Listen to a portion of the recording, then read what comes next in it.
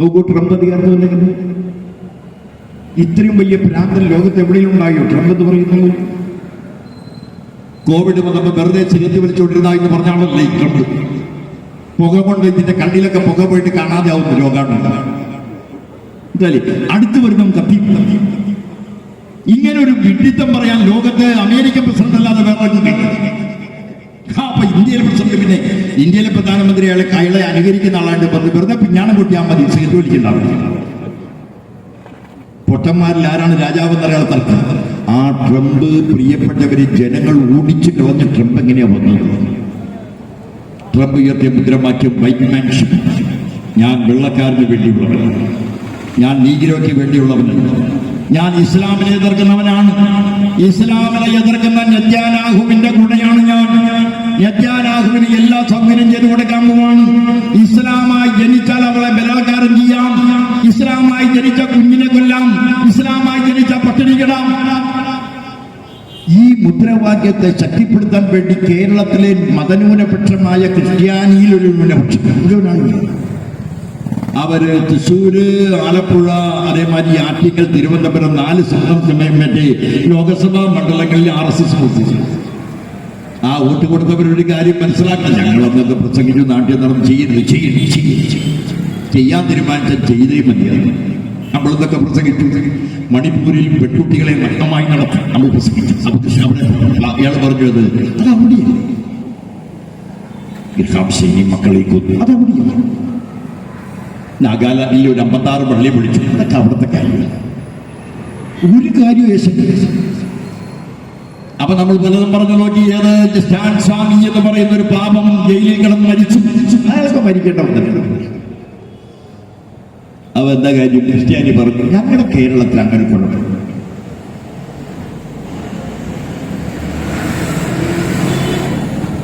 കേരളത്തിൽ ഒരു കുഴപ്പമില്ല. എന്ത് ചെയ്യാൻ പറ്റും? നമുക്കിനി അവരെ ബോധ്യപ്പെടുത്താൻ തൊട്ടറിഞ്ഞ് വിശ്വസിക്കാൻ കേട്ടറിഞ്ഞ് വിശ്വസിക്കാൻ സാധ്യമല്ലെന്നോ. ഇനി തൊട്ടറിഞ്ഞ് വിശ്വസിച്ചു സത്യവാദിയായി നീ എന്ന് ക്രിസ്ത്യാനിയെ പഠിപ്പിച്ച പാഠം ഇനി എന്തിനെ വേണം?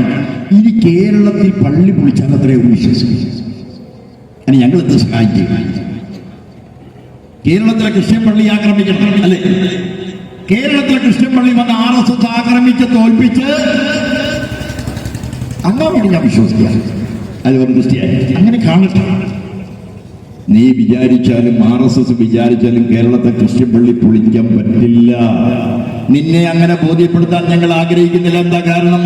കേരളത്തിൽ ഒരു അമ്പലവും ഒരു ക്രിസ്ത്യൻ പള്ളിയും പൊളിയില്ല. പൊളിയാത്തതിന്റെ കാരണം പിക്കാസ് കിട്ടാത്തോണ്ടല്ല, പൊളിയാത്തതിന്റെ കാരണം RSS ഇവിടെ ഇല്ലാത്തത് കൊണ്ടല്ല. ഇന്ത്യയിൽ തന്നെ ഏറ്റവും കൂടുതൽ ശാഖയുള്ള ഈ കേരളത്തിലെ RSS ഒന്നിച്ച് തീരുമാനിച്ചാലും പ്രിയപ്പെട്ടവരെ കേരളത്തിലെ മുസ്ലിം ക്രിസ്ത്യൻ പള്ളികളിലോ SDPI വിചാരിച്ചാൽ ഒരു മറ്റേ ഹിന്ദുവിന്റെ അമ്പലമോ പൊളിക്കാൻ പറ്റാത്തതിന്റെ കാരണം എന്താ? പൊളിക്കാൻ പറ്റാത്തതിന്റെ കാരണത്തിന്റെ പേരാ CPIM എന്ന് പറയുന്ന ഈ പാർട്ടി എന്ന് പറയുന്ന സാധനം. എടോത് CCTV ക്യാമറകളുണ്ടോ പോലീസിന്റെ സഹായമുള്ളതല്ല പൊളിയാത്തത്. ഇവിടെ ലോക്കൽ കമ്മിറ്റി കഴിഞ്ഞ ആളിൽ പോണത് 8 മണിക്ക്, അപ്പോഴാണ് പള്ളിയുടെ മുമ്പിലുണ്ട്. നമ്മളപ്പോ ചോദിക്കും നിങ്ങളെ കണ്ടിട്ടില്ലൂടെ എന്താ ഇവിടെ? ഞങ്ങളോട് ഒന്നുകൂടെ അങ്ങനെ നിൽക്കാൻ പറ്റില്ല. അമ്പലത്തിന്റെ അവിടെ രാത്രി ഒരു 9 മണി കഴിഞ്ഞിട്ട് ഒരു പരിപാടിയില്ലാതെ 3 ആളെ കണ്ടാൽ നമ്മൾ ചോദിക്കില്ല. എന്താ ചോദിക്കുന്നത്? കമ്മ്യൂണിസ്റ്റുകാരൻ ഇങ്ങനെ നടക്കുകയാണ്. പ്രിയപ്പെട്ടവരെ, എല്ലാവരും ഉറങ്ങുമ്പോൾ ഉണർന്നിരിക്കുന്നതിന്റെ പേരാ ഞങ്ങൾ. എല്ലാവരും ഉറങ്ങുമ്പോൾ ഞങ്ങൾ കുറെ പേർ ഉണർന്നിരിക്കുകയാണ്. ഞങ്ങൾ ഉണർന്നിരിക്കുന്നത് ആരുടെയെങ്കിലും കക്കാനാണോ? ഞങ്ങളിത് നോക്കി പഠിക്കാൻ വേണ്ടി നിൽക്കുകയാണ്, പരിശോധിക്കാൻ വേണ്ടി നിൽക്കുകയാണ്. അല്ലാണ്ട് നിങ്ങൾ വിചാരിച്ചത് ഉത്തർപ്രദേശിലല്ലേ ലോകത്ത് തന്നെ ഏറ്റവും കൂടുതൽ മുസ്ലിം ഉള്ളത്? ഉത്തർപ്രദേശ് ഇതുവരെ മുസ്ലിമാണ്. കേരളത്തിന്റെ 10 ഇരട്ടി മുസ്ലിമാണ്. അവിടെ നിങ്ങൾ നോക്കുമ്പോൾ 92 ഡിസംബർ മാസം 6-ാം തീയതി ബാബറി പള്ളി വിളിച്ചു. ഇവിടെ എന്താ പ്രിയപ്പെട്ടവരെ പൊളിക്കാൻ പറ്റാത്തത്? മദ്രസകൾ നടത്താൻ പാടില്ല എന്ന നിയമം എന്താ ഇവിടെ നടപ്പിലാക്കാൻ പറ്റില്ലെന്ന് നമ്മൾ പറഞ്ഞത്? പൗരത്വ ഭേദഗതി നിയമം പാസ്സാക്കിയാലും ഇവിടെ ഞങ്ങൾ നടപ്പിലാക്കില്ല എന്നാ പറഞ്ഞത്. പ്രിയപ്പെട്ടവരെ, ഈ പിടിഞ്ഞത്തും മരയന്മാർ തന്നെ വൈപ്പിനുമുള്ള ഭൂമിയിൽ താമസിക്കുന്ന ഒറ്റൊരുത്തനെയും ഇറക്കി വിടാൻ പറ്റില്ലെന്ന് പറഞ്ഞത് ആരാ?